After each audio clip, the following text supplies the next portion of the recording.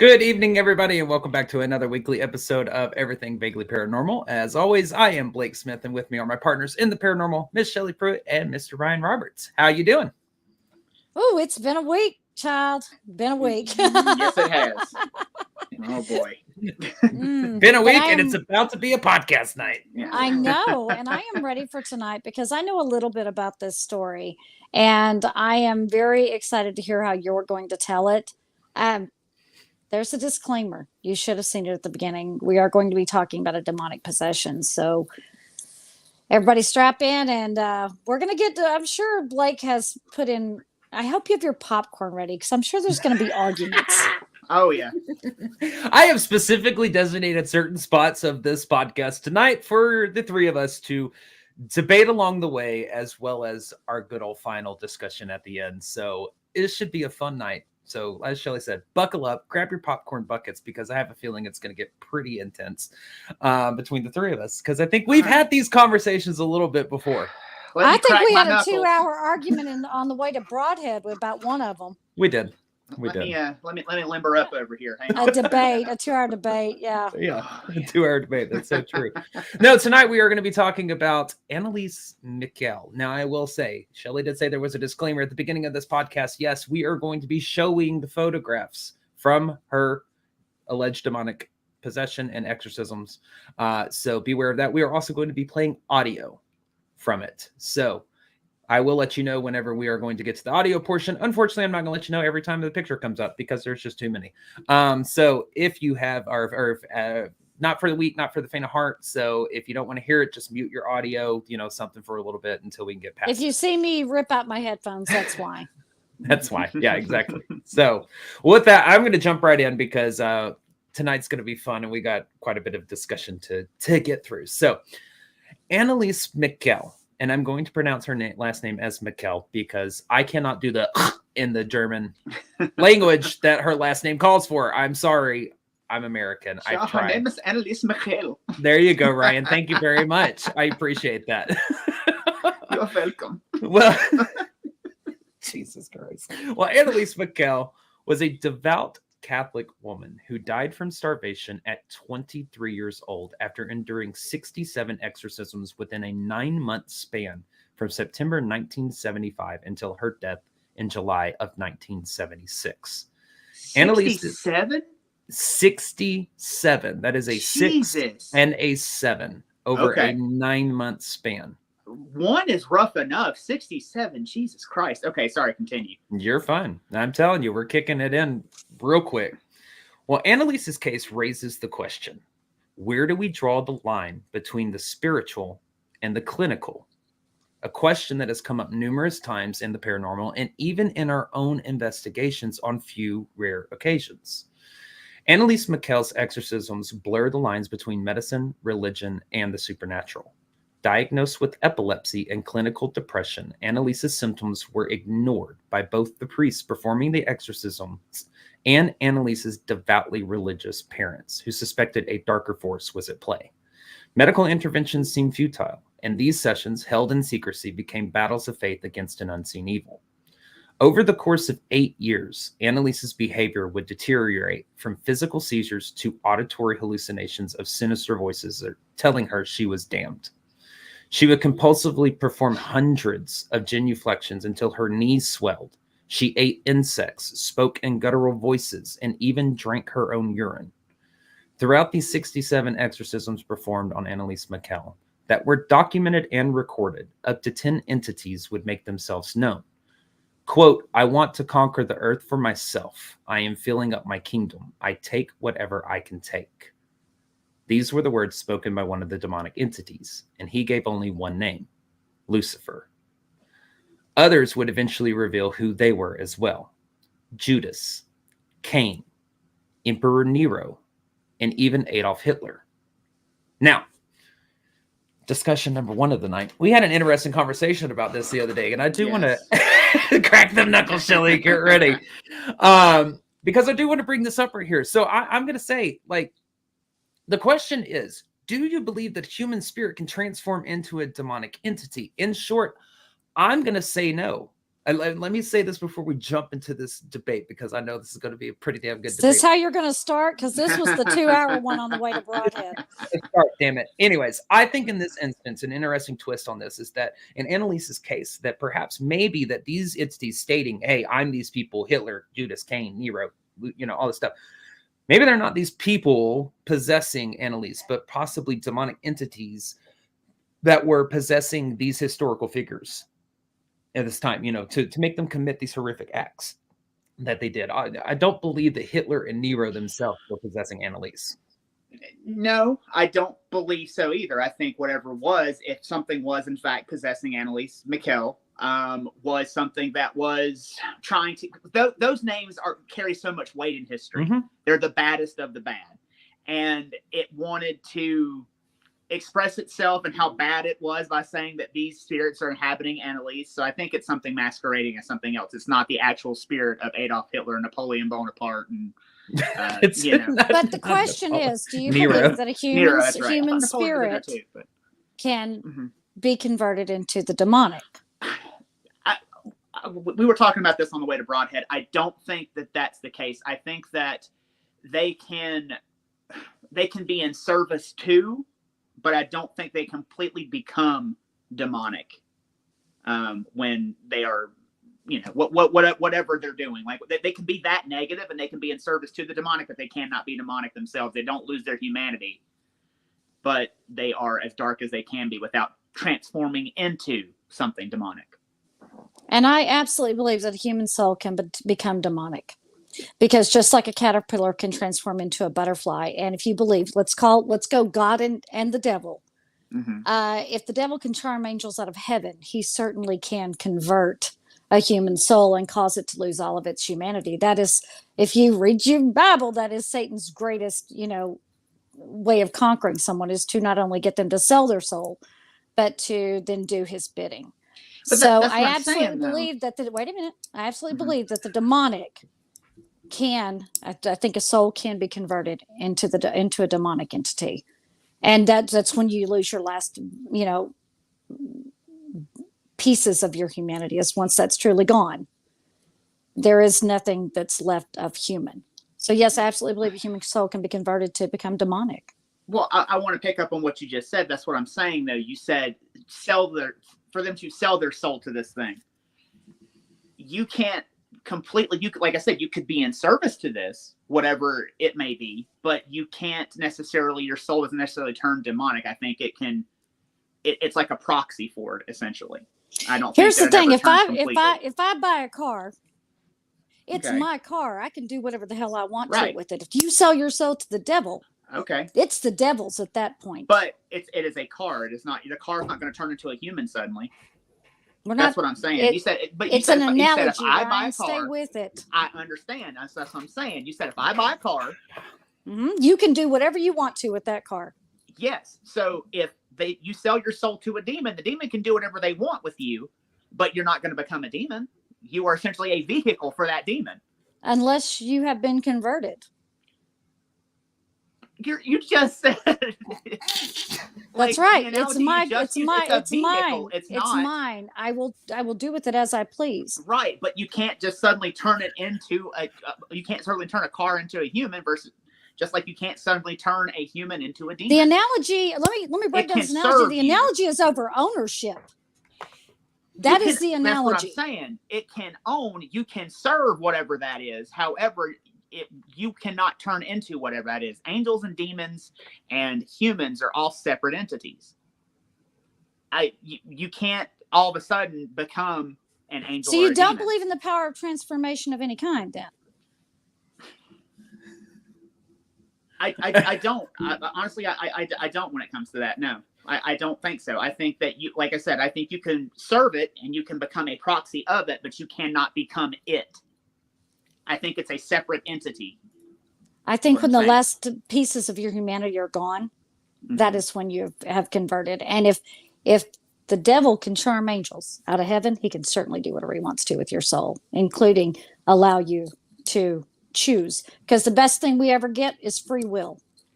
And that free will is the freedom of choice. You And can we- choose. Yes. we will revisit this debate later Okay. on, because y'all can sit here and go on for an hour and a half. Right. Yeah, I we just, went on for I two just in the wanted to car. stir the pot right off the bat. Damn it. Okay. I hope y'all enjoyed your little bit of popcorn. More is coming later. Right. Anyways, back to Anneliese real quick. Well, some of you may actually know the story of Anneliese Michel, but perhaps by a different name. In 2005, The Exorcism of Emily Rose was released to a not-so-successful box office weekend and a less than half approval rating. The story behind the movie, however, is one filled with terror, evil, and death. Anneliese's case would have profound impact on societal attitudes and institutional policies regarding the treatment of mental illness and the practice of exorcism. Stories of demonic possession have been around for a long time. Exorcism rituals have been part of various religions and cultures, typically carried out in secret. However, Anneliese Michel's story emerged during a time of changing perspectives. The 20th century saw increasing skepticism towards religious doctrines, with science, especially in mental health, providing explanations for phenomena once attributed to the supernatural. Antipsychotic drugs and psychotherapy were becoming more common, and in this shifting environment, Anneliese's exorcisms were performed openly, with her ordeal documented through recordings and photographs. The Michel family case highlighted the conflict between religious and medical viewpoints, sharply dividing public opinion. Some saw Anneliese as a person tormented by demonic forces, while others considered her a victim of misdiagnosis and outdated beliefs. Critics argue that using exorcism instead of medical treatment worsened her condition, leading to her tragic death. Conversely, believers assert that her experiences were real, beyond scientific explanation. These debates had significant real-world consequences. Anneliese's death resulted in a highly unusual trial in Germany. The courtroom became a stage for a broader conflict between faith and reason, not just focusing on her parents and the exorcist. It is one of the few trials in history that attempted to put the devil on trial, which we covered another one, which was the Devil's Day in Court with Arnie Johnson. What? Is this the only other one that you know of? It's the only other one that I know of where the devil was actually put on trial. Is this and the Arnie Johnson case? I do know of these two, and off the top of my head, I will be honest, I cannot think of another one right off the bat. Okay. I was just curious. I'm sure that there probably is another one, but I cannot think. Maybe like the Salem Wait. witch trials, I guess technically, but yeah. Wait, Yeah, isn't we the know that. Amityville horror one "The Devil Made Me Do It"? I mean, isn't No, that what that's he Arnie tried to Johnson. claim with the Warrens? But didn't the Warrens try to say Oh, that it was that he- demonic, that he Yeah, was yeah. possessed by a demon? Yeah, but I can't remember if that was the actual defense of the Oh, we defense. don't know. Right, it ended up getting thrown out. That Right. defense Right. ended up getting thrown out, but I think they tried with that one, if I'm not mistaken. the I Arnie could Johnson be case, mistaken. right? No, the No, Amityville. Yeah. Amityville. You're thinking of like the DeFeos, like Ronnie DeFeo. Yeah, the like, DeFeo. Yes, Okay, the gotcha, DeFeo gotcha, family. Okay. Yeah, correct. Yeah. Right. Oh, somebody just said Son of Sam. Son of Sam. Oh, is yeah, another Son of one. Sam. Oh, You're that right, is you're true. right. Thank you, That's true. Chad. Yeah. So the trial raised questions about whether Anneliese was failed by those responsible for her care and about society's approach to cases involving faith and mental health.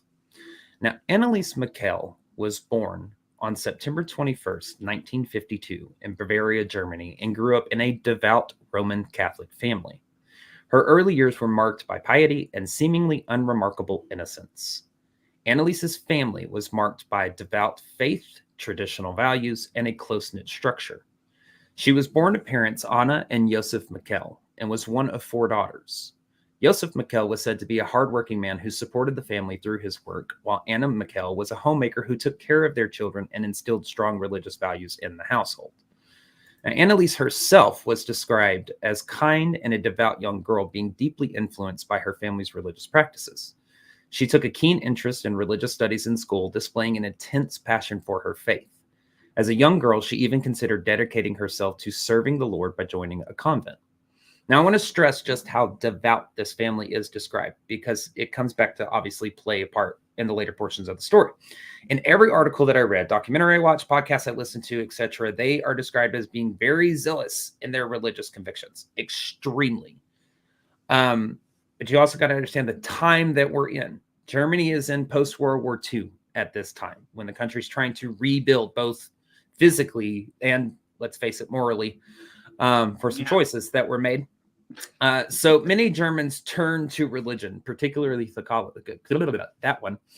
particularly Catholicism. Try and say those 2 words back to back really quick. It's not that easy. But anyways, So they were looking for this moral direction to cope with this national trauma. So it Mhm. became the sanctuary for many during this time, as it normally does during a time of faith. Time of crisis. People turn to their faith, So Joseph and Anna nurtured their children with this strict Catholic approach. They attended Mass twice a week, had daily prayers, observed religious festivals, and had many religious artifacts throughout their home: crucifixes, statues of the Holy Family, pictures of Right. saints, etc. This type of upbringing wasn't uncommon in the Bavarian area. The area itself was known for its conservative values and adherence to strong Catholic traditions. What are you going to say, Ren? I say, so they were the type, whenever the doors were open at church, they were there. Exactly. Okay. Yes, because it even goes on to describe, like, I could have gone way more depth, but you get the picture. Mm-hmm. They were extremely devout. I mean, Anna Michel was said to like be a part of the community and work closely like within the parish and like all of this stuff with the church and getting new members and doing all of this kind of other things. But yes, every time the door was open, basically they were those kind of people. They were there, and then at home as well, they led very strict schedules and what they could and could not do. They followed their faith. Exactly. They Yes. practiced Yes. what they preached, basically. Mhm. So, okay, gotcha. Yeah. Now, on the other hand, when you're brought up in this type of devoutly religious atmosphere, there are, in my opinion, almost unattainable expectations to live up to. There is a fear of not being devout enough or falling into sin. Also, it pushes the narrative that the devil is very real and tangible. He is an entity that walks among society, attempting to corrupt individuals. We hear that today. The devil is here. Anneliese, like many others, was highly susceptible to these fears. So much that her affliction she would endure early on in life would be seen as tests from God by herself and her parents. I can't remember exactly what it was. She was not the healthiest of children or kids whenever she was younger. She had a couple of medical issues and things going on already before any of this stuff took place by the time she had turned 16. What are you gonna say, Ren? I think she had like scarlet fever when she was a kid, and it's things like that. Yeah. It's things like that she had just maladies that kids had during that time, so to speak. But she was the healthiest. Yeah, she was not the healthiest. But all of these were seen as kind of like these tests that God was kind of putting on them just because of the area that they were in. That's kind of that traditional value that they had. Well, before Anneliese's conditions began to manifest, it's important to note that her case falls within a monumental time for the history of the Catholic Church itself. It comes on the heels of something known as Vatican II. Electric Boogaloo. Yes, electric, whatever, Ryan. Yes, comes on the heels of Vatican II. Vatican IV is my favorite, though. I don't know. Vatican III was a little contrived. I don't know about Vatican IV. Well, Vatican II, also known as the Second Vatican Council, was a major gathering of Catholic bishops and other church leaders from 1962 to 1965. Their aim was to update and reform various aspects of Catholicism.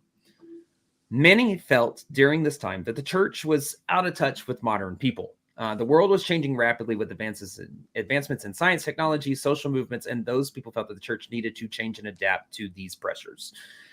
Basically, it boils down to that the Vatican and Catholicism were not cool enough for the younger people, and they need to figure out how to be cool again. Because before now, Catholic Mass was held in Latin, which many did not understand. They disregarded any type of media outlet, wanting to maintain an air of secrecy, if you will, within their traditions. And that didn't really appeal to a lot of people anymore. So these leaders gathered and sought change to which many thought it was needed, while others thought it would honestly bring about more evil into the world. And I'm talking like Old Testament God's wrath evil into the world. To connect with your congregation more, it would bring about the wrath of God. That makes no sense. That's the interpretation that I'm understanding. Some were like, we need it. The other one was like, no, God's wrath is going to come down and rain down upon us all. We shouldn't do this. I mean, well, there's always those gatekeepers that don't want to move and embrace modernity. Even look back at even the printing press. Like, there were a lot of people in the church who were against them even printing the Bible and handing them out to people. So you're always going to have that, those people that want to keep power in the hands of those at the top. Yeah. Well, there were several who saw the church documents as living, breathing documents that should shift with the changing times. And this last shift kind of took place like, I don't know, 1,000 years prior. I think that was the last shift that they had.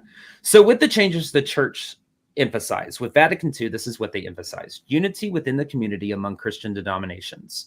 They made changes to Mass, making it more accessible and participatory for lay people, introducing English and Spanish. They reaffirmed Scripture's importance while acknowledging the role of reason and individual conscience. They recognized the importance of non-clergy members in the church and encouraged their active participation in parish life and decision-making. They made a commitment to social justice, advocating for human rights, economic development, and peace. And they also determined that the church needed to utilize these media outlets in order to get the word out.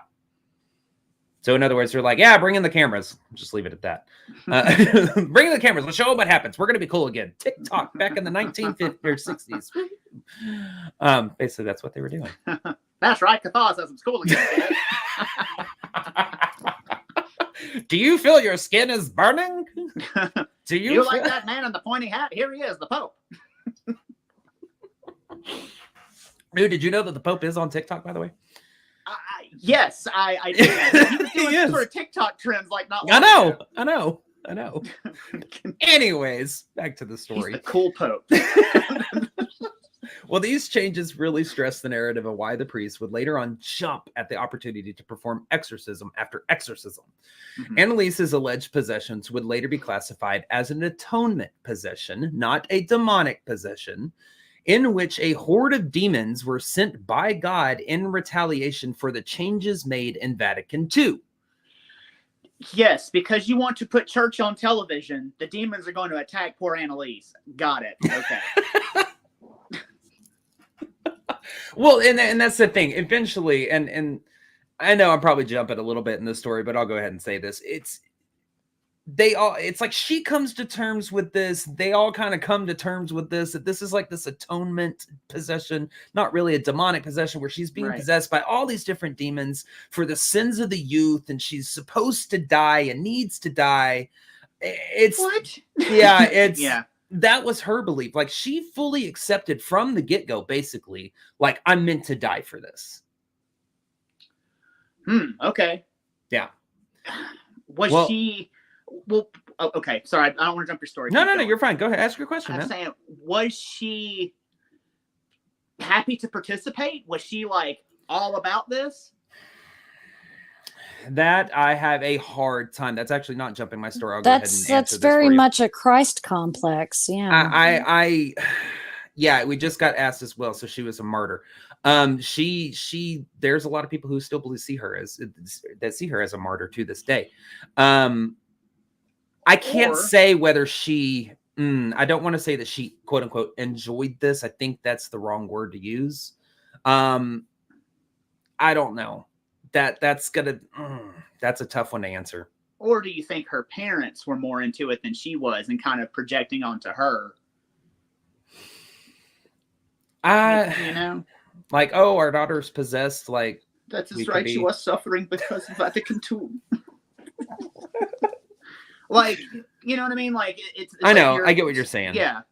I get what you're saying. Again, I don't know. I don't want to say yes to that just yet. Okay. Because there is one thing I will say towards the very end of this story that comes back to this about how our parents pretty much felt about this. And let's get to that, and I'll answer that story. Okay. I mean, I was going to say, let's get to the possession part before we start discussing what the motivations were, maybe. Yeah. Well, it's after Vatican II that Anneliese experiences her first symptom in 1968. Now, by now, the Michel family had moved to Klingenberg, Germany. It's one of my favorite things to say. Shortly before her 16th birthday, Anneliese experienced the first session in a series of unsettling seizures. During a school day, Anneliese suddenly lost consciousness and was discovered by a classmate in a trance-like state. Oh my God, I can't talk. Sorry, that's what I'm laughing at. The devil's got a hold of you. I know, for real. That's not. We're Mrs. Doubtfire. The schoolie. Well, the incident was alarming, but the real terror struck later that night. Anneliese awoke from her sleep, feeling an intense pressure weighing down on her chest, unable to alert her sister next to her. She found herself completely paralyzed, unable to move, breathe properly, or even speak, as well as losing control of her bladder during this episode. Now, to me, this sounds like a very classic sleep paralysis episode. Bingo. You know, the experience of this is profoundly frightening if you've ever had it. Yes, thank you. Words are hard tonight. So this does leave her very shaken and confused. However, since it did not immediately recur, Anneliese tried to dismiss it from her mind, hoping it was just an isolated incident. Essentially, what she did was she got up, she changed the sheets, and then she went back to bed. You know? Okay. I believe at some point she told her parents about it, and they were just like, oh, child, you are. I can't do the accent. But anyways. You fed the bed? Oh. Yeah. Yeah. So now on the opposite side of that, one can argue that this is a classic symptom of epilepsy. Mm-hmm. Now, epilepsy is a lifelong illness that many have a hard time coming to terms with and accepting their diagnosis. What is known as tonic-clonic seizures, previously referred to as grand mal seizures, consist of two distinct stages, the tonic phase and the clonic phase, obviously, hence the name. Now, according to Johns Hopkins Medicine, the seizures may initially present with an aura, which is a type of simple or complex partial seizure. During this aura phase, individuals might experience a range of unusual sensations such as peculiar smells, vertigo, nausea, or anxiety, serving as a warning that a seizure is imminent. The seizure then progresses into the tonic phase. Now, during this phase, the person typically loses consciousness and experiences a state of bodily and respiratory paralysis due to involuntary muscle contractions. And this sudden rigidity can be quite alarming as the person's entire body becomes stiff and immobile. And following the tonic phase is the clonic phase. In this stage, the person's face, arms, and legs undergo rapid and uncontrollable spasms and jerks, aka convulsions. The convulsive movements can be intense and erratic. As the seizure concludes and the body begins to relax, it is common for the individual to experience a loss of bladder control, leading to involuntary urination. Now, it's clear that Anneliese's episode fits this description as well. Mm-hmm. So you're in this toss-up right now, you know, sleep paralysis versus epilepsy. It could have been coupled together, though. It could have been two episodes at the same time, because if you're epileptic, you don't know when it's going to hit. It just happens. Very true. Could be. So, mm-hmm. Well, 11 months later, on August 24th, 1969, Anneliese experienced yet another seizure. She blacked out as before and also experienced another bout of paralysis later that night. Now, this event prompted a consultation with their family doctor, Dr. Voigt, and a neurologist, Dr. Lucy. Now, I do give them credit for this. She actually does go, she goes to several doctors throughout all of this. So I will give credit where credit is due, because that is one of the first things that I kind of ask in these cases. Were they seen by neurologists, psychiatrists, psychologists, whatever. So instead of running to the church and crying demonic possession, they take her to these hosted doctors. Well, during his examination, Dr. Luthi conducted an EEG to assess Anneliese's brain activity. Remarkably, the EEG results indicated, and quote from him, Dr. Luthi, quote, a normal physiological alpha-type brain activity. Despite these normal EEG findings, Dr. Luthi shared his insights with investigators, saying, quote, I judged from the description I was given that this was probably a case of cerebral seizures of the nocturnal type, with the symptoms of a grand mal epilepsy. So this assessment underscored the complexity of Anneliese's condition, where clinical observations did not always align with diagnostic test results, complicating both diagnosis and treatment. Mm-hmm. It was believed that Anneliese Michel was suffering from temporal lobe epilepsy. However, Anneliese might have found it easier to accept the idea of being temporarily possessed rather than facing the reality of a permanent affliction of epilepsy. Remember the time we are in. We're in the 60s. I'll tell you a very quick story. Side note, one of my grandfathers was epileptic. This was in the 40s, and he was kicked out of high school for it. They were like, you're gone. So this is on the heels of that. There's not much known about epilepsy at this point. Right. Go ahead, and they used to put people with epilepsy in insane asylums. They sure did. They sure did. Mm-hmm. Now, it's rumored that after receiving the diagnosis that Anna Michel told Anneliese to keep this information to herself and not to tell anyone. If she did, she might be declared crazy and not get into the university. This would have had profound effects on how Anneliese would have approached not only her epilepsy, but also her mental health moving forward. So Anneliese Michel's dream was to become a teacher. And if it had gotten out that she had been diagnosed with epilepsy, this would have killed that dream. So again, quote, demonic possession would actually become the preferred diagnosis. You can pray that away. Okay. See what I'm saying? It's more so just an easier fit than an actual medical diagnosis. Well, because at this point, especially in the area they're in, with Catholicism and all of this stuff and the traditional values that they have, if I'm demonically possessed, that is temporary. I can overcome that and I can still continue my life. If I'm an epileptic that's suffering from grand mal seizures that they know nothing about, my life is over. They're going to chunk me into an institution and I'm done for. Yes, let's let the possessed person around the children, but the person who has an actual medical condition, let's make sure they can't be a teacher. I know. I'm putting you in the mindset of this I know. time period, that's probably something that is going through her head. Oh, yeah. So anyways, over the next 3 years, she would have additional seizures or episodes, as they are referred to in Anneliese's case. During this time, she was also prescribed an anticonvulsant medication and an anti-seizure medication known as Dilantin. As she was prescribed these two medications, more EEGs were done with either normal or minor irregular patterns in the tests coming back. But there was nothing that would explain her symptoms. Every single EEG that she had, there was nothing. One day, though, as Anneliese was praying the rosary, she described experiencing extraordinary sensation. She noticed the sweet fragrance, which she likened to the scent of violets, quote, wafting about her. Those are her words, wafting about her. This pleasant aroma was accompanied by an overwhelming sense of euphoria that persisted into the following day. And other girls discovered Anneliese in a trance-like state. I cannot say state. I keep saying Do you not have dinner? I don't know. It's not steak. Yeah, I may not have dinner. Steak. Big, juicy freaking ribeye right now. Oh, man. Well, anyways, they found her in a trance-like state. It's because I have the word like before state, so I keep combining the two for steak.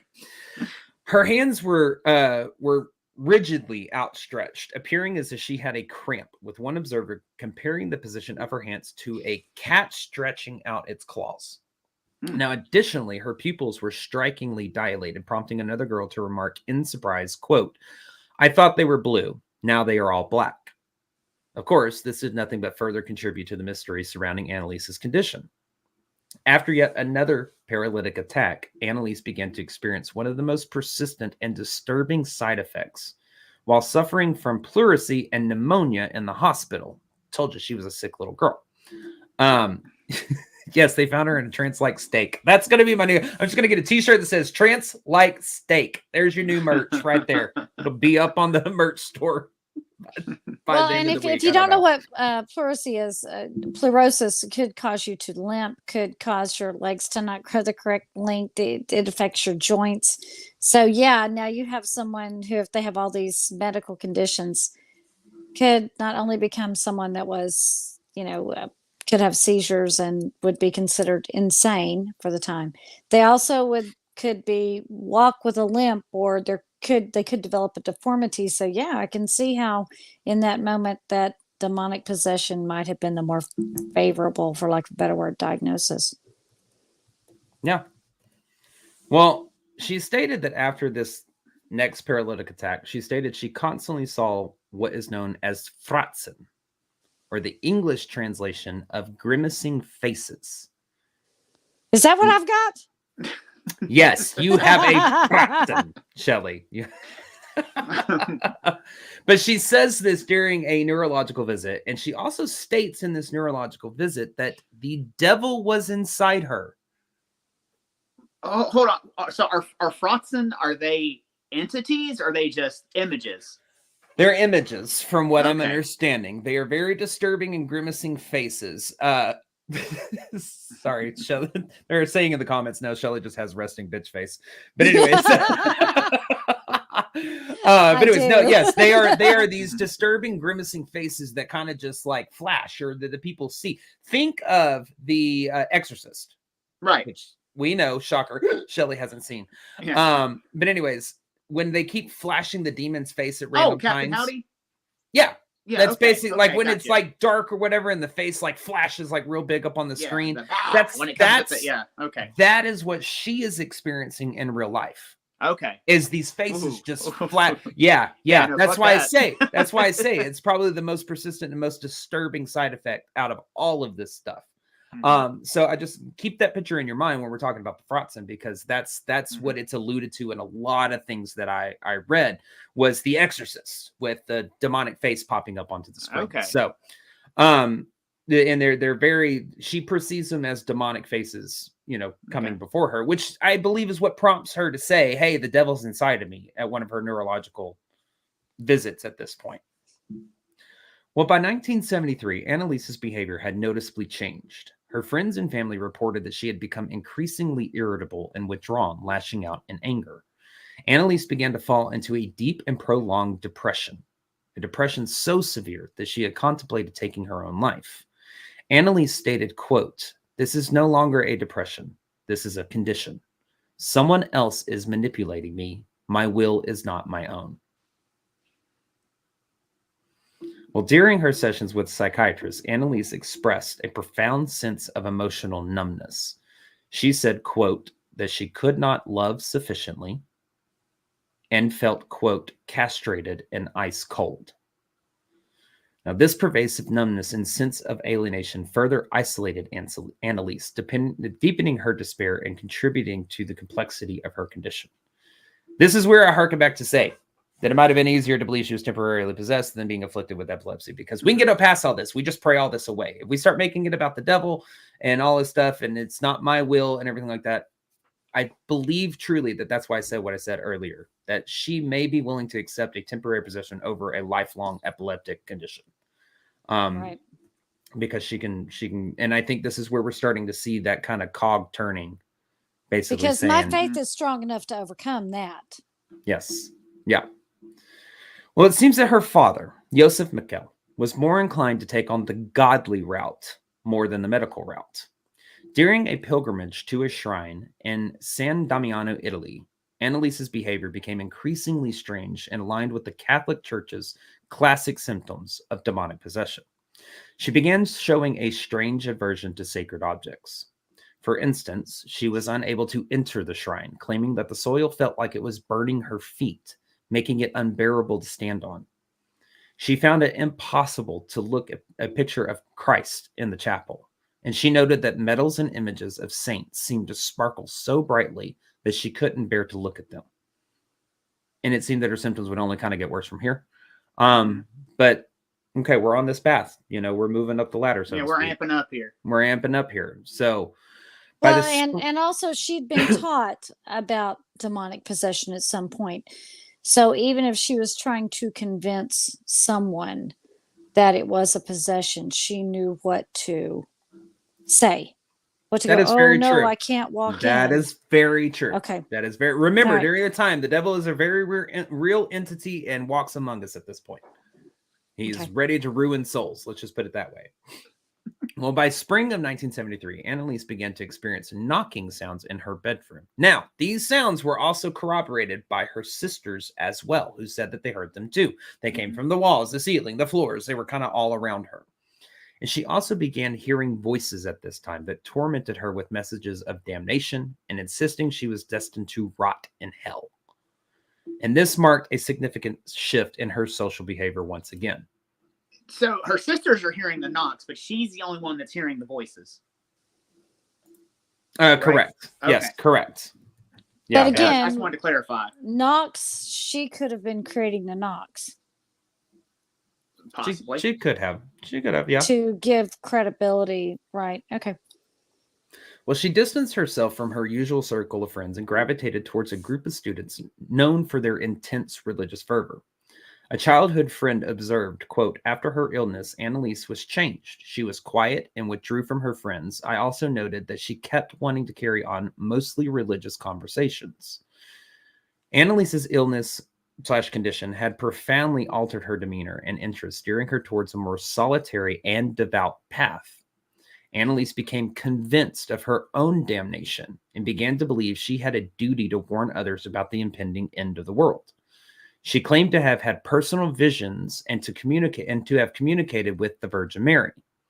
And this deepened her religious fervor and fascination with mystical experiences.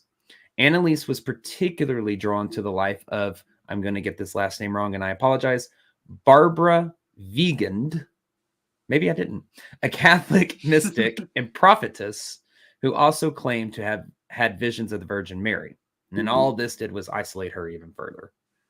So she's now alienating herself, isolating herself, whatever you want to call it. She's saying that she's having visitations from the Virgin Mary, believing she herself is damned.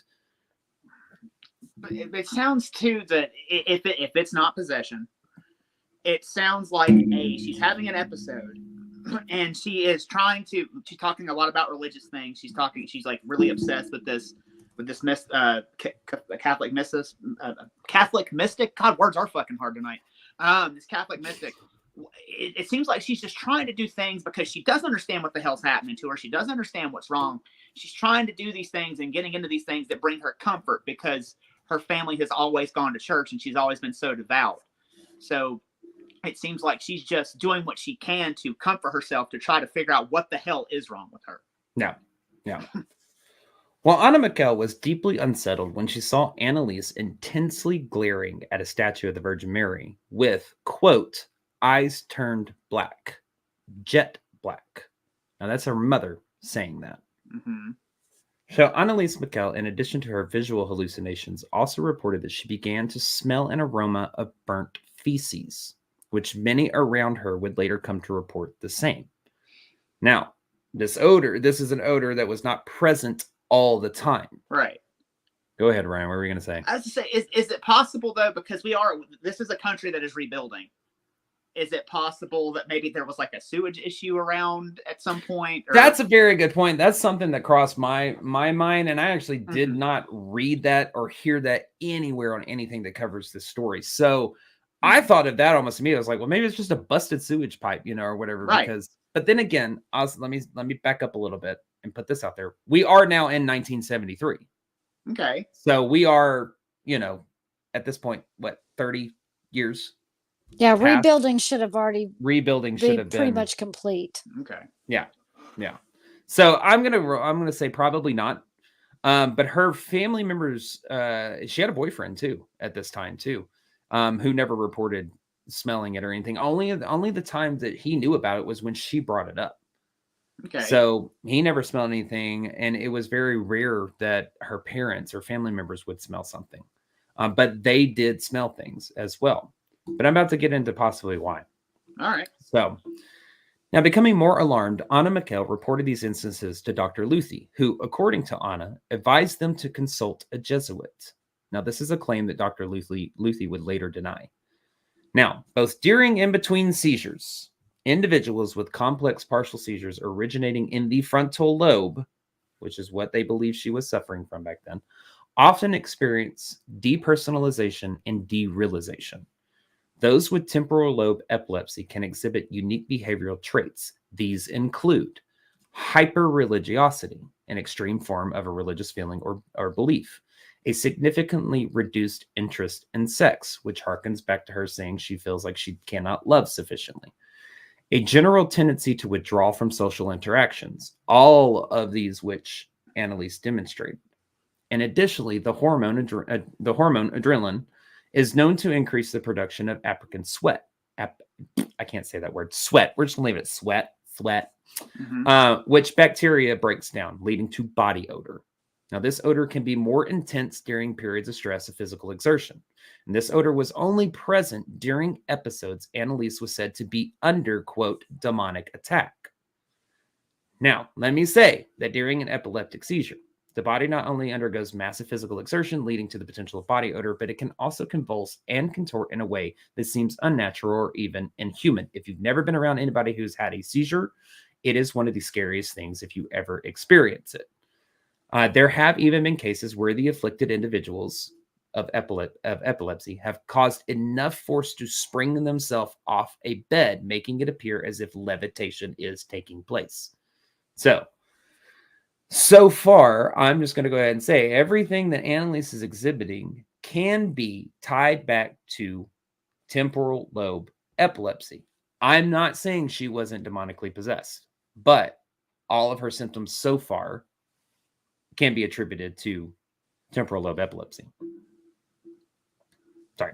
Yeah, I'm with you on that. I think it's checking all the boxes. I mean, to the untrained eye, yes, it could look like demonic possession, but to medical professionals and everyone around her, and now that we have access to some of these medical journals and hindsight's 2020, we can look back at this and it does seem like it's all clicking all those boxes. Yeah. So epilepsy can be understood as a neurological short circuit in the brain. Depending on which area of the brain is affected, the symptoms can vary widely. When epilepsy impacts motor function, it can lead to muscle stiffness and involuntary jerking movements characteristic of tonic-clonic seizures or grand mal seizures. If the brain's memory centers are involved, it can cause confusion and scrambling of memories, making it difficult for the person to recall events accurately. And when it affects the sensory portions of the brain, it can result in hallucinations. These can be auditory, visual, and olfactory. So I'm just putting that out there. Furthermore, if seizures repeatedly affect the same part of the brain, the hallucinations tend to be consistent, manifesting the same sights, sounds, and smells each time. This repetitive pattern can be particularly distressing as it makes the hallucinations predictable yet unavoidable for the person experiencing them. Again, not saying she wasn't possessed, but so far it's matching up. We're going to get to some shit where Right. it's So gonna far, start it is not lining making up sense. with a medical condition. Yeah. So right now, there is a medical explanation, whether they knew they had a medical explanation or not. Well, it wasn't until Anneliese Michel told her parents about the Fratzen that Anna and Josef Michel began to take the symptoms as a sign of demonic possession and pursued a more religious route. Initially, any priest that the family went to had turned down Anneliese's case, citing that she needed to visit with doctors for neurological tests first. However, eventually the family was able to find a priest who was willing to take a look at Anneliese's case. That is Father Alt. In November 1973, Anneliese consulted a Freudian psychiatrist who diagnosed her as a neurotic with possible epilepsy. Around the same time, another neurologist identified epileptic patterns in her brain activity. So this neurologist took her off the Dilantin and put her on Tegretol, which is significantly stronger of a seizure medication. This did nothing to help alleviate the symptoms, and Anneliese was in. Start over. This did nothing to help alleviate the symptoms that Anneliese was experiencing. God damn it, I'm going to get these words right tonight. Jesus. Well, in July 1975, Anneliese's condition only worsened. She barely slept and prayed fervently all night. Anneliese eventually started refusing to eat, insisting that demons forbade her from doing so. Instead, she began to eat spiders, flies, and coal from the fireplace.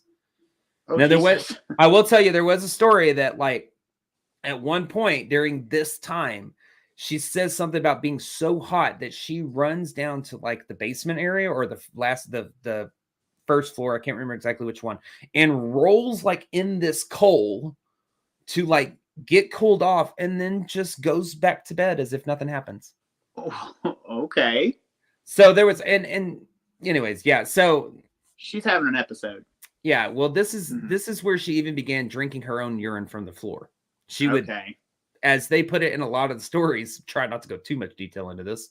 This is a little weird. She would lap it up as a dog, like a dog from the floor. Is what some would say. Is what some said. Could this be a side effect of the new medicine? It very well could be, because she is on a lot stronger of a medication at this point. Okay, because she's like really starting to act up at this point.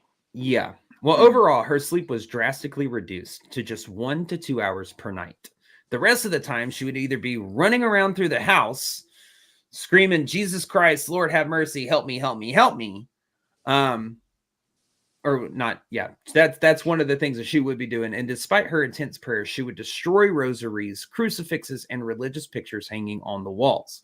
She reportedly genuflected between 400 to 600 times a day, causing her knees to swell from the strain. Now, for genuflection, just kneel to pray.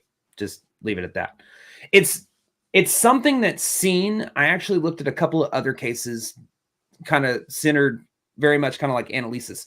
It's actually seen in multiple cases of demonic possession. It is almost this automatic mockery of performing mass, if you will, praying, if you will, something along that lines. Right. So it's almost like it's making a mockery of it by having this person do it again and again and again and again. But the sources, they varied on how many times a day she did, but it was at minimum 400 and maximum 600 times a day. Jeez. And she did it so much that from the strain on her knees, they would end up swelling. She actually ended up breaking one of her knees from it as well. God almighty. So Anneliese exhibited strength that was, quote, close to superhuman, throwing her sister, quote, as if she were a rag doll.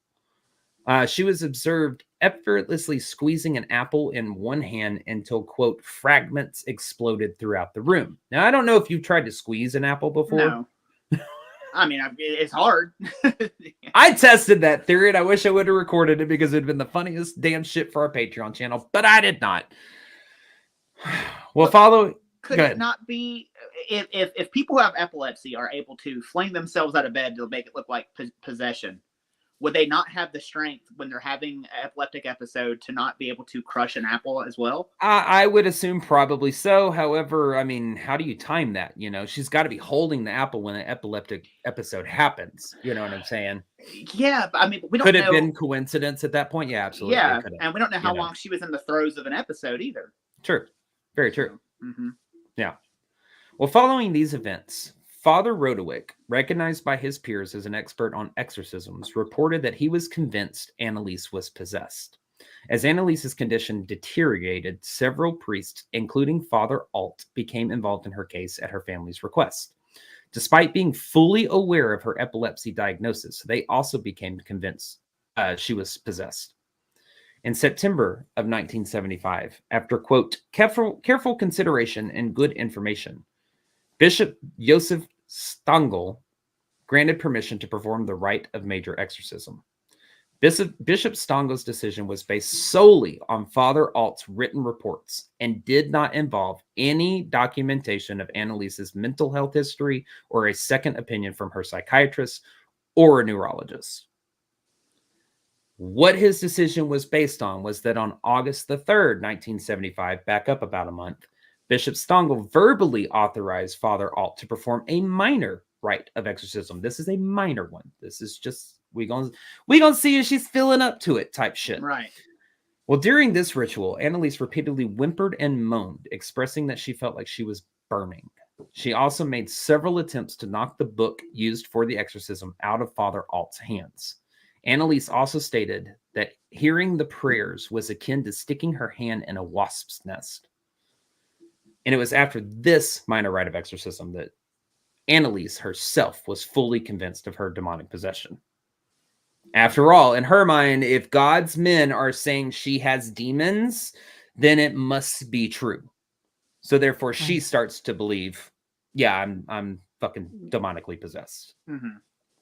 Well, exorcisms have been part, as I was saying in the very beginning of this episode, of various cultures and religions for thousands of years, but they gained popularity in the Catholic Church during the 1500s. Priests would use the Latin phrase, vade retro Santana. I butchered the shit out of that. Or in English, go back, Satan, to drive demons out of possessed individuals. I just like to try my different dialected languages on this, and I'm just going to butcher all of them because I'm Texan. Well, the Catholic practice of exorcism was formalized in the Ritual Romanum. I butchered that one too. A collection of Christian rituals compiled in the 16th century. It's basically the Roman ritual is what it translates to. Mm-hmm. By the 1960s, exorcisms had become quite rare among Catholics. However, the early 1970s saw a resurgence of interest in exorcisms due to the popularity of movies and books like The Exorcist, released in 1973. we're in 1975 right now, about the time that Anneliese's symptoms were beginning to hit their peak. Interesting. Isn't it though? Formal approval of Anneliese's exorcism was eventually granted, with Father Rentz appointed to perform the rite under one strict condition. It had to be conducted in complete secrecy. The first exorcism took place on September 24th, 1975. And despite the church's directive for confidentiality, Father Rentz allowed some of these sessions to be recorded, resulting in a total of 42 audio recordings documenting the exorcisms. Here is your disclaimer. I am about to play a portion of the tapes, so if you do not wish to hear this, I either advise you muting the audio, taking your earphones out, or something along that lines. You are going to hear first the voice of Anneliese Michel. Then you are going to hear the comparison, followed by the very first major rite of exorcism performed on her. So that is your disclaimer. And with that, here are your recordings. Ja, ich will auch für die anderen leiden, damit die nicht in die Hölle kommen und so. Aber dass das dann so schlimm ist und so grausam und so furchtbar, nee. Das denkt man leiden, das ist so leicht Sache, aber wenn es dann wirklich schlimm wird, da will man überhaupt nicht mehr, da will mein Kind schon.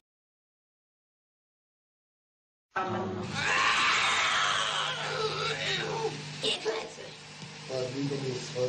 Nein, ihr Klötze! Der Maul, ihr Klötze! Oh, so der will auch nicht, oh, ich geh auch nicht, oh. Sind wir schon 3? Ah, wie. Was ist so der Schneid? So you can clearly hear a distinction between the two voices. Now I am going to tell you, if you are so inclined to do as I did and go and sit and listen to the entirety of the recordings, they are some of the roughest and most disturbing things that I have ever heard. I'm not going to lie. This is the portion of her story where I don't give a damn almost what all the medical shit is saying to hear how she is reacting and hear her voice in these tapes. The tapes themselves damn near make me believe that she was possessed. Mm-hmm. The tapes are brutal. They're brutal. They are. I took my earphones out. I've heard them before. It took me 3 days to listen to an hour's worth. It's very difficult to listen to, when especially that wail, and that wail continues through all of The whole tapes. thing. The whole thing. Yes. You can go and you can listen to her call out all the different names of the entities that are said to, be possessing her. It's very interesting when it gets to that point because I don't speak German, but obviously the exorcism recordings are all in German. You can find ones with English translations if you want to listen to it and read along. Basically through all of it, she is saying, because I did watch the English translations. So through all of it, she is saying things along the lines of that God doesn't like what happened with Vatican II, that the prayers are unfashionable now at this point. So are the priests, and we need to get the non-clergy people out and make sure we stick with just the clergymen leading the church, so to speak.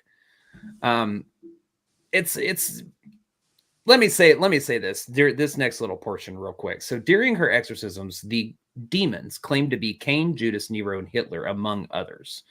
There were no instances of what is known as glossolalia, which is the phenomenon of speaking in an unknown language. So she's not speaking any language that she doesn't know. Her entire recording of her exorcisms are in German, which is her native tongue. Right. For example, Judas did not speak in Aramaic. Nero responded in Latin, which is a language Anneliese knew from church and school, and Hitler spoke in German, which was Anneliese's native tongue. To test this situation, Father Rentz asked Anneliese, or the supposed demonic entity, a question in Chinese. The response was, quote, "If you want to ask something, ask it in German." Although Anneliese, or the demon, quickly added, quote, "But I did understand that." She never answered him. That's a little bit loose, because if I heard a different language, I'd say, if you want to ask a question, ask it in English, because that's what I speak. Right. And their reaction would probably be, I'd be like, "Oh, I knew what you said, because obviously I told you to ask it in English." Yeah. But that's a tad bit suspect to me. Anyway, continue. Me too, because if you have an ancient evil contained within inside of you, it can respond to any tongue it damn well pleases. That makes no sense. Oh yeah, I agree. Well, back to what I was saying though about this Vatican II thing that I was talking about. For instance, the demons expressed, quote, these are quotes from these exorcisms, quote, in church, too few people pray because priests consider it unfashionable, end quote. Next quote, the communion rails must be reinstated. Priests must be identifiable as priests. They must not marry, end quote. Next quote, holy water should return to homes and the crucifix should regain its place of honor in households. These were all changes that were opposed by Anneliese and her conservative friends. I am going to add that in as well. Go ahead, Ryan. Why is the devil giving advice on what to do with religious iconography in your home and what churches should do? Sounds very politically. You just raised religious the next question Yes. that I actually had written down in this. Is it raises the question of why demonic entities would care about changes that seemingly go against their own interests. Right. I mean, I don't know. It's a red flag to me. Me as well. Yeah. She would have been parroting back things she had probably heard her parents say. Yeah. Well, in addition, Father Rentz also conducted an experiments to see if Anneliese was genuinely possessed. Father Rentz report, and his name is Renz, but I'm Texan again, R-E-N-Z. So it's coming out as Rentz, I'm sure. Lather, rinse, repeat. I don't know. Anyways, Father Renz reportedly used 5 unmarked bottles, some filled with tap water and some with holy water. Interestingly enough, though, Anneliese only reacted to the holy water. Now, it's stated about this experiment, though, that there is no mention of control measures to ensure that Anneliese couldn't distinguish between the bottles. So we don't know what his control measures were. However, and he might have been a little more careful with the ones that were actual holy water. Might have had a tad bit more reverence. And was it 4? Or was it, was it 4 that were holy water and 1 that wasn't? Or was it 1 that was holy water and the rest weren't? Right. There's no control measure. Yeah. Well, now, BuzzFeed Unsolved did an episode about Annaliese's case. And in their episode, they were able to speak with a priest about the signs of demonic possession. His list includes aversion to the sacred. They can't walk into a church and look at a crucifix. Knowledge of hidden things. The demonic entity will begin to tell you things about yourself. One of the things in Annaliese's case was that another person she brought up was Valentin Fleischmann, which I believe he was kicked out of the church for some, I can't remember exactly, but anyway, she knew in detail a lot about his life. He lived in like the 1600s. And so they were like, how does she know this? But then again, school. Yes, she has church. It's a religious study. Yeah. Religious study, right? He was kicked out from the church. He would have been a cautionary tale and probably would have been told to her at some point. Don't be like old Valentino, get your ass excommunicated. Right. Yeah. Well, they also exhibit inordinate physical strength that they wouldn't normally possess. They have epileptic-like seizures in a way that they lose complete control. And in hearing all of this, it's obvious that Anneliese had all of these symptoms as well. So we are kind of back at this crossroads. The question still remains, was she demonically possessed or is she a diagnosed epileptic? Because right now, if you're looking at from the church eyes versus a medical condition standpoint, she can fall in either category at this point. Right. I mean, if truth be told. Well, by May 1976, Annaliese's condition had deteriorated further. She began banging her head against the wall and biting herself and her family members. Once the exorcism started, Anneliese refused any more medical treatment and asked her parents to stop consulting doctors, placing all their faith in exorcism instead. Now, during these exorcisms, here are some of your pictures. During these exorcisms, she was sometimes forcibly restrained. The autopsy report later revealed that she had fractured teeth, bruised limbs, and blackened eyes, which can be seen in the distressing photos taken during the exorcisms. Now, I will say that some of the reports do say that the blackened eyes were caused at her own will, that she would punch herself in the face so hard that she would black her own eyes. The report also noted that her knees were broken from constant genuflection or kneeling to pray. Most dangerously, however, was the fact that Anneliese refused to eat still, describing it as, quote, not being permitted to eat. Despite her frail condition and weighing less than 80 pounds at this point, she is 23 years old. Anneliese exhibited remarkable strength when people tried to restrain her. Now, it's stunning to hear the similarities between Anneliese's case and that of Maricia Cornici. I got that right. I studied that. Another 23-year-old who was a Roman nun. 30 years after Anneliese's case in 2005, Cornici was strapped to a cross, gagged with a towel, and left in a dank room at a convent for 3 days. Alleged to be demonically possessed, she also was bound so she wouldn't gouge out her own eyes and refused to eat while also being denied food. 3 days later, she died of suffocation and dehydration. What's stunning to me is the lengths these exorcisms go to in order to, quote, help an individual. I mean, it's in these extreme cases, it's almost like I ask the question, are we truly helping at this point? Are these people truly helping at this point, you know? Mm-hmm. But another interesting trait is that in both cases of Anneliese and Cornici, they both suffered this automatic genuflection, like I was telling y'all earlier, where they each had ulcerated and broken knees from the constant kneeling to pray. So it is that mockery of getting down to pray. Well, by June, Anneliese's face had become severely gaunt, and she continued to refuse medical attention. I will not show any pictures past this point. If you want to go see them, they are available. You can do at your own will. I think it is a disgrace to Anneliese's memory to show anything past the pictures that I just showed. Well, on June 30th, 1976, the day of her final exorcism, Anneliese weighed between 68 and 72 pounds. God. During this final exorcism, she stated the words, absolution, please, with her final words being, sorry, I had a hard time writing this. Mama, stay with me. I'm afraid. Ugh. The next morning around 8 a.m., Anneliese Michel discovered her daughter had passed away. Anneliese's fight with her demons, whether mental or spiritual, was finally over. The autopsy attributed her death to, quote, advanced emaciation caused by extreme malnutrition and dehydration. When questioned about the lack of medical intervention, Father Alt stated that he did not perceive Anneliese as dangerously ill and would have sought medical help immediately if he had to. Anneliese had remained in a state of near starvation while the rites of exorcisms were performed, unable to move without assistance, and was reported to have contracted pneumonia as well towards the end. This is for 9 months. She is in near starvation. Father Renz dismissively stated, quote, the exorcism ritual explicitly instructs clergymen not to concern themselves with medical matters, end quote. And in this regard, Father Renz is accurate.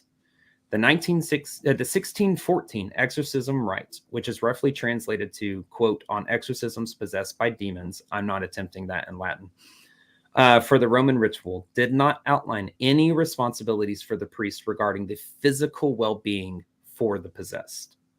Instead, it advised that, quote, the exorcist should avoid giving or recommending any medicine to the patient, leaving this care to the physician. However, in Anneliese's case, no physicians were involved. Now, one might expect that prudence or compassion might have driven the priest to seek medical help. Father Renz would later testify that he had informed Bishop Stangl of Anneliese's deteriorating condition before her death, but received no reply. Apparently, Stangl was on vacation. For 9 months? I guess. Well, Bishop Stangl stated that neither he nor Father Roderick had any direct contact with Anneliese or her parents during the 9 months of exorcisms and were unaware that she was not receiving medical attention. After an investigation, authorities concluded that Anneliese Michel's death might have been avoidable up to a week before she passed away. In 1976, the state pressed charges of negligent homicide against Anneliese's parents and the priests, Father Ernst Alt and Father Arnold Renz. The parents enlisted the defense of Erich Schmidt-Leichner, a prominent attorney from the Nuremberg trials, while the church covered the priest's legal expenses.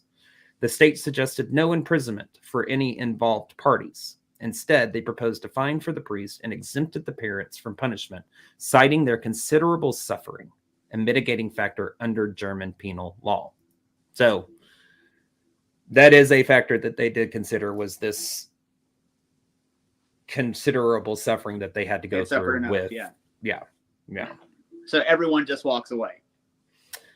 Well, it was on July 14th. I'll get to that. It was on July Okay. 14th, 1977, that a New York Times article reported that the prosecutor had indicted 2 Roman Catholic priests for negligent homicide in Anneliese Michel's death following her exorcism. The trial, commencing on March 30th, 1978, in the district court, garnered significant public attention. Medical professionals testified that Anneliese's manifestation were not indicative of possession, but rather stemmed from her strict religious upbringing and epilepsy. Allegedly, during the exorcism, Dr. Richard Roth, who was consulted by Alt for medical assistance early on, told Anneliese, quote, "There is no injection against the devil." That's a fucked up quote, but anyways. Yeah. Anna and Joseph Michel's attorney argued that the exorcism was within legal bounds and protected by the German Constitution, which safeguarded citizens' religious freedoms. The defense presented tapes, the ones you've heard, from the exorcism sessions, purportedly capturing, quote, demon arguments to support their claim of possession.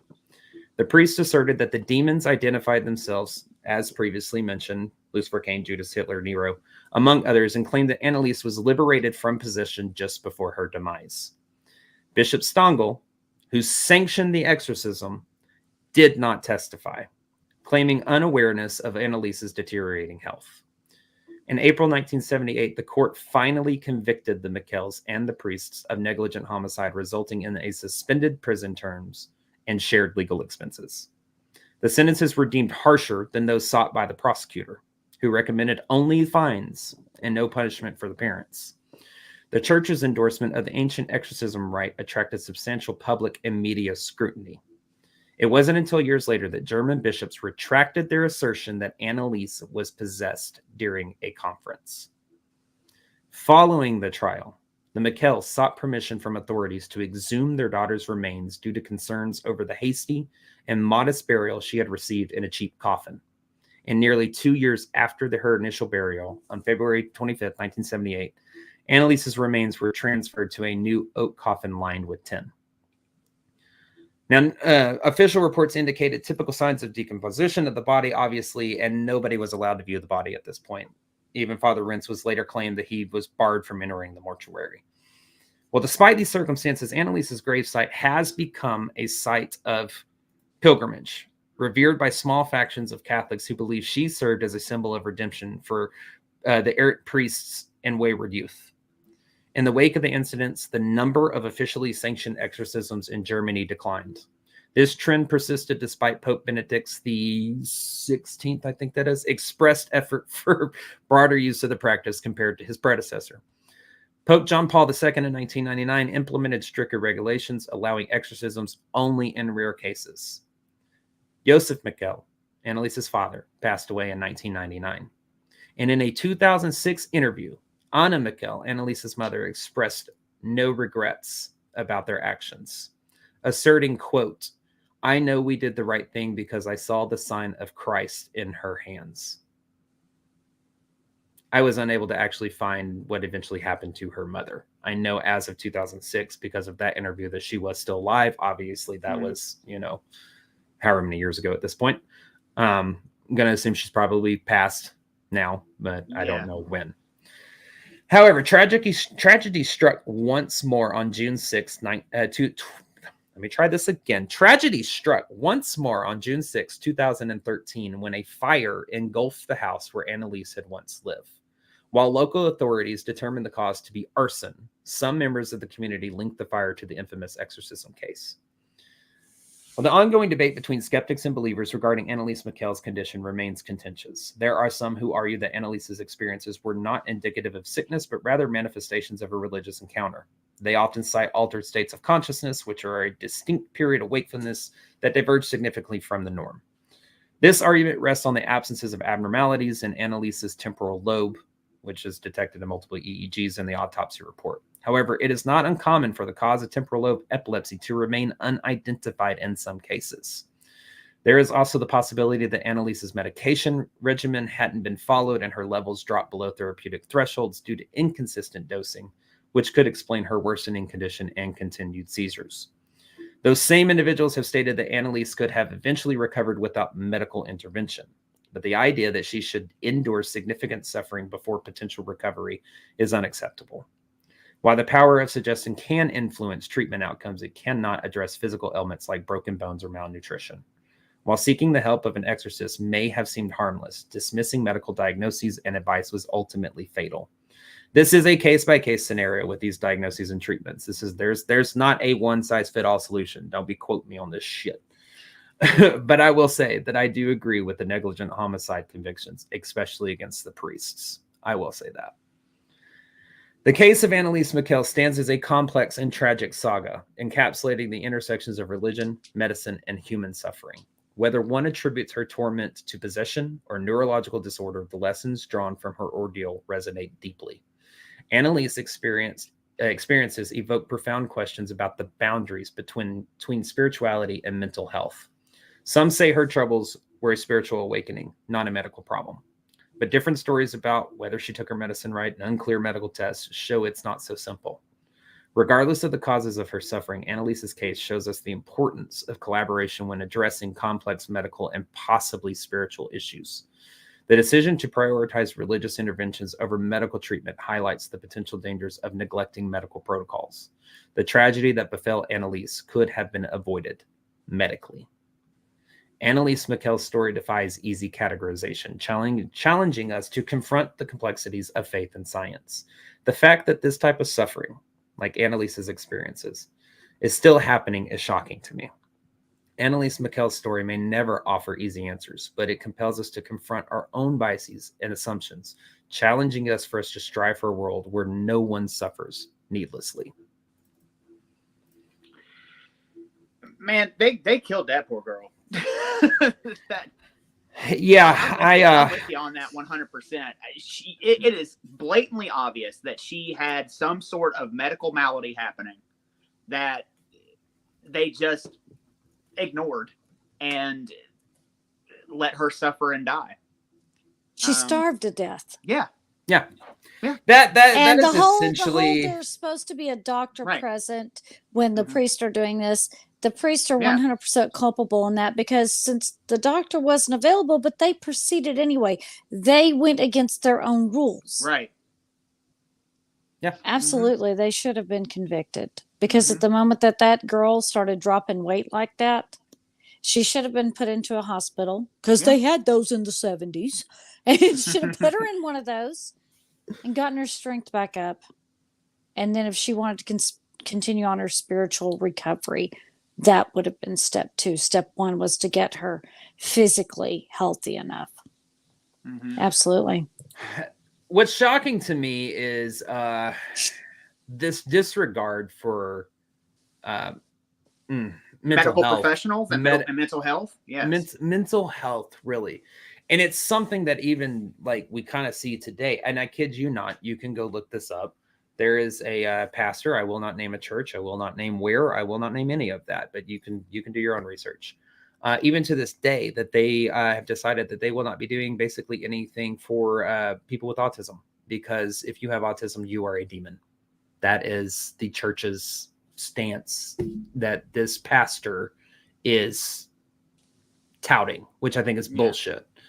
And it's very reflective of Anneliese's case at this point. You know, I mean, it's obvious she's a diagnosed epileptic who also has depression. This is clinical depression. She is withdrawn. She is changing basically her entire life, you know. She's also described as neurotic. You know, to align that with demonic possession is the same thing of what's happening today with this pastor that's touting this whole autism versus demonic possession thing. And it's bullshit. I don't think that we can completely disregard the entire medical community and medical practices for religious traditions. I understand that there are cultures and different religions that call for that. I'm not calling them out. I'm just saying, in my opinion, I think what I said about the sentence with collaboration between medical communities and spiritual communities, I think that could be a closer knit circumstance than what it is. Why do we have to go this route or this route? Why can't we work together to help people like Anneliese so they don't starve to death in the middle of what could have been possibly a demonic possession? She showed signs for both. This story gets under my skin and works my nerves because I get pissed off at these priests that did this. And I understand, oh, they're just doing the rites of exorcism and all this stuff. Well, you weren't playing by the fucking rule book. Right. Yeah, you weren't the following point. your own rules. Yeah. They denied her medical attention, and you can't do that. And she, you know, and the reasoning for her being possessed was, you know, they were talking about how she was emaciated but still exhibited so much strength. And so they were still convinced that she was possessed. But we do know that people who are epileptic or going through something like that do exhibit extreme amounts of strength. It does not matter that she's 60 pounds or however many pounds she is. If your brain is working differently, your body is working differently. And for them to continue to say that she's possessed, even though she's clearly just suffering from an episode and she's starving. Yeah, I agree completely. It was also brought up earlier in the comments, and I am not sure the timeline of my medical history here. So you medical people who know a little bit more, medicine and stuff like that, help me out if you can. But don't come for me because I might be getting this wrong. Here's my thing. We're in 1973, 1974, 5, 6, when all of these symptoms are peaking and all this stuff. And we had one of our viewers put into the comments, was she ever tested for schizophrenia? I don't know when the testing for schizophrenia came along, but if you're going to exhibit signs of schizophrenia, it's going to be around the time that she herself is coming into this quote unquote demonic possession. Because I believe that signs of schizophrenia, I believe, start somewhere around the age of like 16 or something, at 15, 16, somewhere in there. Schizophrenia normally presents between 18 and 25 in most young adults. Early 20s. Yeah. Now it can present later, it can present earlier, but that is the average, I believe, is 18 to 25. Yeah, it's later, right around, like I said, right around the time that she is exhibiting all this. She has her first seizure at 16, just before her 16th birthday, and then it's 3 years that she continually has these seizures before she starts ramping up her symptoms that lead to quote unquote demonic possession. Well, she's about 19 at that point, so was she ever tested for schizophrenia? I don't know. Then again, I don't know let me Google that shit. It's going to bother me. When did schizophrenia testing start? It was prior to the 70s. I think it was prior to the 70s. Was it? I think. Yes. Because the big case of Sybil was that late 60s, early 70s? Oh, hell. Schizophrenia was a diagnosis in 1887. All right. So I'm going to tell you, no, I did not find it in the research anywhere where she was tested for schizophrenia. I will answer that now. So she could have been. She could have been schizophrenic, Chad says that in 1908 is when schizophrenia was named. Thank you. Treatment in the 1950s. Got it. Thank you so much. Like I said, I'm not huge in the medical history. In some aspects I am, but not with schizophrenia. But that's a good point. Could she have been an epileptic suffering from seizures and also schizophrenia? Is it that big of a jump that if you're already having basically short circuits in your brain that's causing these issues, can it go to schizophrenia at the next level? Well, that's going to explain a shit ton of what we deem as demonic possession activity, I guess you could say, or whatever. Right. So I don't know. This case pisses me off. It pisses me off too, but here is what makes me think that this absolutely was not demonic possession, because A, it ticks all the boxes for an epileptic episode. Yeah. B, the demons talking about what to do with the religious iconography and about the Vatican II. That why would they? Why would they care? No reason. They have no reason to. It goes against their interests. Anybody. I said that in the story. It goes against their own fucking interests. Why would they be like, oh, you got to put all this stuff back. Let's make the church stronger like it was, let's make it stronger. Right. So you have a medical malady and a political motivation at the same time. So that makes me believe that this absolutely was not demonic possession. But the poor girl did not deserve what she got. And Well, and that's it. It harkens back to your question at the beginning, Ryan, that I said that I would try to answer at the end. right. Was she enjoying this, or was her parents enjoying this? And I use the term "quote unquote" enjoying very loosely, because I don't think either one of them were enjoying what was happening. I do not believe that Anneliese for 1 second was like, look at me. I'm now the poster child for the church right now because I'm demonically possessed. Woohoo, go me. I don't believe that. Do I think that her parents were more inclined to be that way? In my opinion, yes. I think that her parents were a lot more inclined to be starstruck, if you will, if you want to put it as that, than Anneliese. So then another question I have for you then is, do you think that because her parents were so into it, some of what she was doing was for her parents' approval? Very well could be. Look at the area that she grew up in. I mean, I just, her mother instilled, that's the thing. Her mother instilled these very hard-line traditional values within the household. She was the one that was teaching the kids these religious aspects that they are now following. If you look at the photos that I was showing up, I will quickly cycle through them again. Her mother, let me know when they're passed. her mother is the one that is right. That's her mother. That's restraining her. Those are her mother's hands. That is her mother right next to her right there. I'm not taking away anything from her as a mother caring for a sick child. I'm not taking any away from that. But could that possibly be true with the question that you just asked? Possibly. Because look how close her mother is in proximity to everything. That, and in those pictures, I don't know, is the one where she's holding her head back. She's like almost like somebody posing with a fish in a fish photo. Like, like almost showing it off. And that's a little weird. Yeah, I kind of get what you like, where she's got her kind of head locked. Yeah, a little she's bit. Got her head cocked back, like showing her black eyes or whatever. Yeah. She's almost, it gives off the same energy. Here's the way that I'll put it. I don't think either Anneliese, let me state it this way. I don't think Anneliese or her parents enjoyed this. I think by both parents and priests, Anneliese was fucking exploited until it killed her. Yeah, there you go. Because here is this shift in the Vatican and all of this stuff. We're trying to be more popular, more cool. And here comes this, I'll put her freaking picture back up. This beautiful girl, not that picture, Shelly, her actual normal picture. This beautiful girl comes along and she is extremely devout. Right. And I think that that's why I said earlier that they were jumping at the chest. They were salivating for this shit to come along. They needed this shit to come along.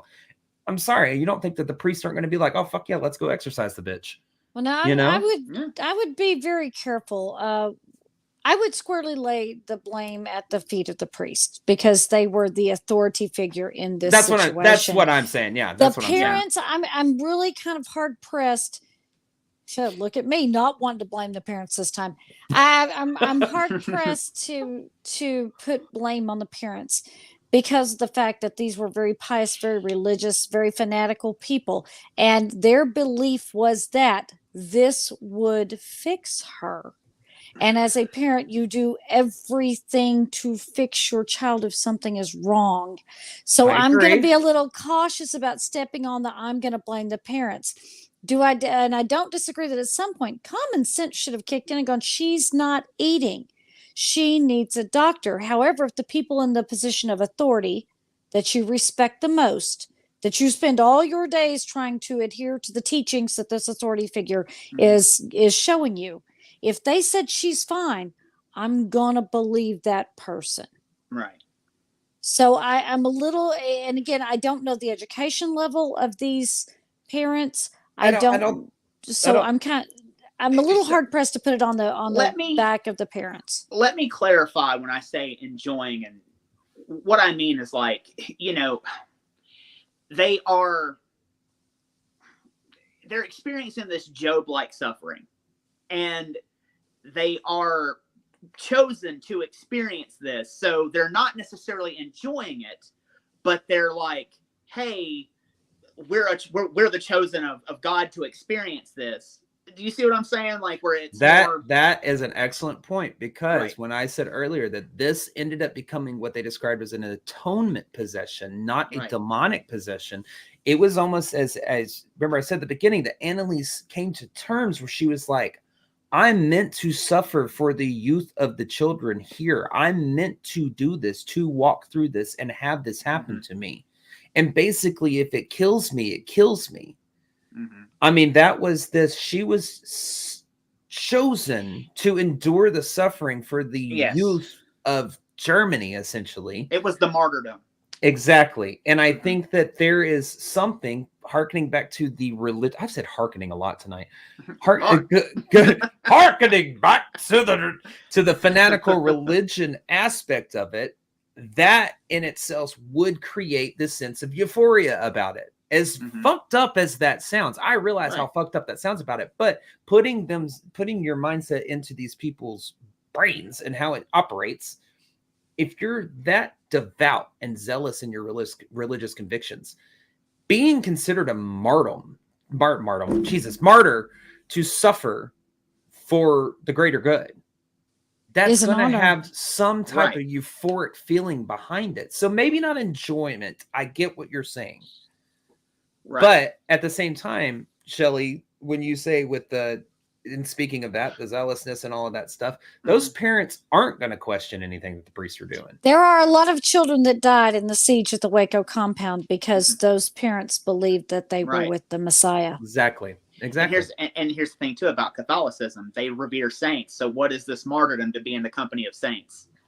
And that's what they enjoyed is the wrong word, but we were putting a wrong label on it to begin with. But I get what you're saying. The sense of euphoria because you are one of the chosen one. God has chosen me to go through this, to suffer through this.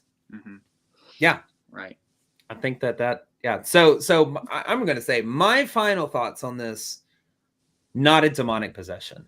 I'm sorry. I can't see it. There's too much with my brain that lines up in the medical condition column with epilepsy, what they believe was temporal lobe epilepsy. And I can't say that there wasn't a touch of schizophrenia that could have possibly been in there. But then you start tying in all this religious convictions and how devout they were and everything and the changes in the church. And this is coming on the heels of that. You know, she's not speaking in foreign tongues. Everything has to be in her language, her, native tongue or Latin that she knew and learned. There's just too much that her family, her friends, all the conservative people that she was around and stuff like that they disagreed with that the church was doing.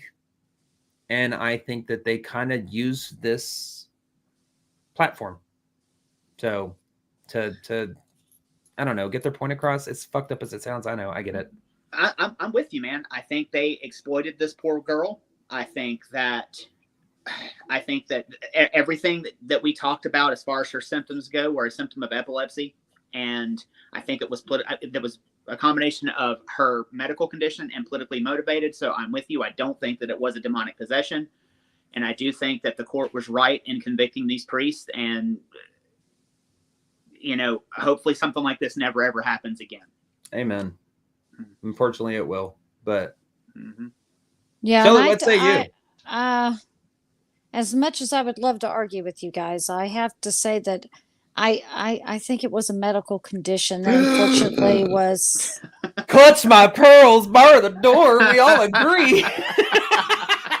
I think it was an undiagnosed medical. I mean, it was actually diagnosed, but it was ignored. Sure. It was an ignored medical condition that.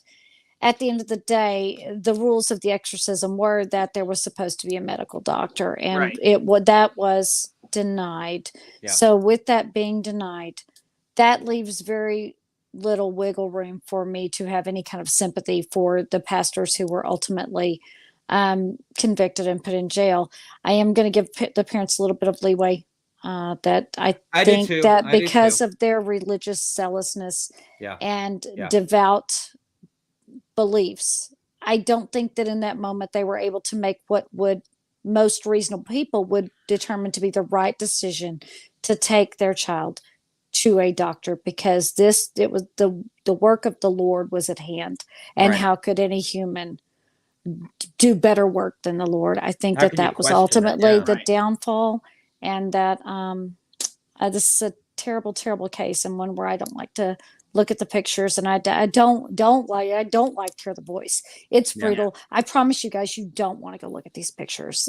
They're awful. And you know what all of our people are going to do right after they get Yeah. out Yeah. there? Go look at the pictures. Listen to And the they're awful. recordings. They I- are. I'm Because forewarning you. at the end of the day, you know that this poor girl endured a lot of torture. Yeah. And it's truly tragic. Yeah. So I know we teased everybody at the beginning of this episode with our big old debate, but sorry, y'all.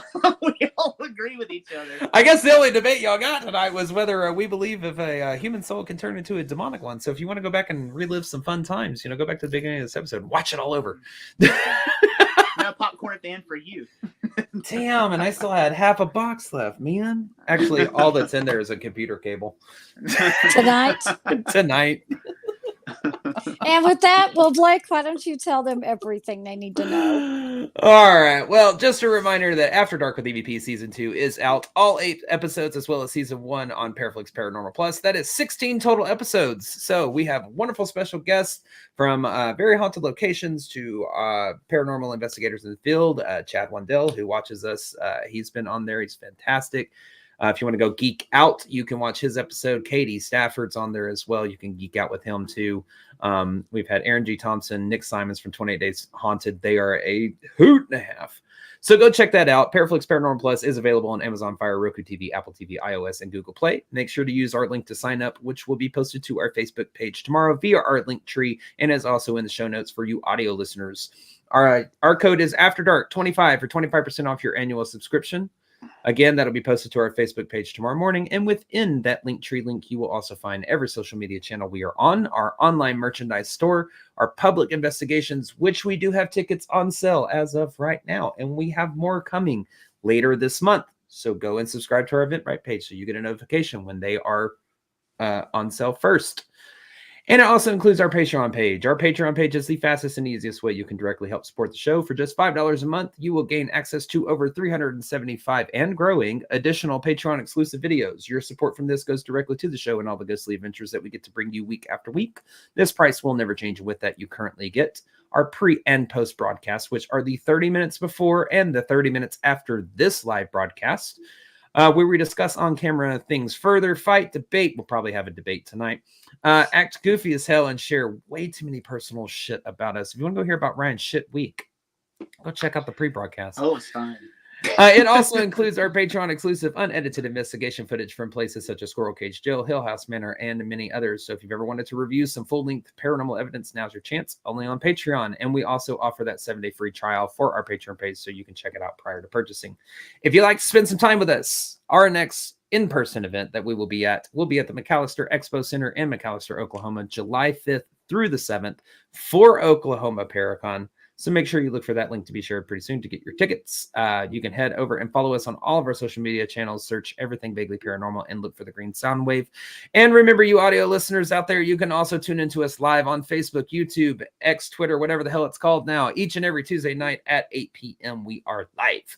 These are all the ways you can directly support Everything Vaguely Paranormal, but we also appreciate your love and support for us through those likes, comments, shares, views, and downloads. And remember, as always, any questions, comments, or stories you'd like to share with us, those can be submitted to us at the evppod@gmail.com. That is THEEVPPOD@gmail.com. Like, share, and go and subscribe to that Facebook and YouTube channel. Absolutely. Well, y'all, we thank y'all so much for joining us for another weekly episode of Everything Vaguely Paranormal. For myself, I am Blake Smith. And as always, my partners in the paranormal, Miss Shelley Pruitt, Mr. Ryan Roberts. And as always, we'll see you next Tuesday. Good night, y'all. Bye. Bye, guys.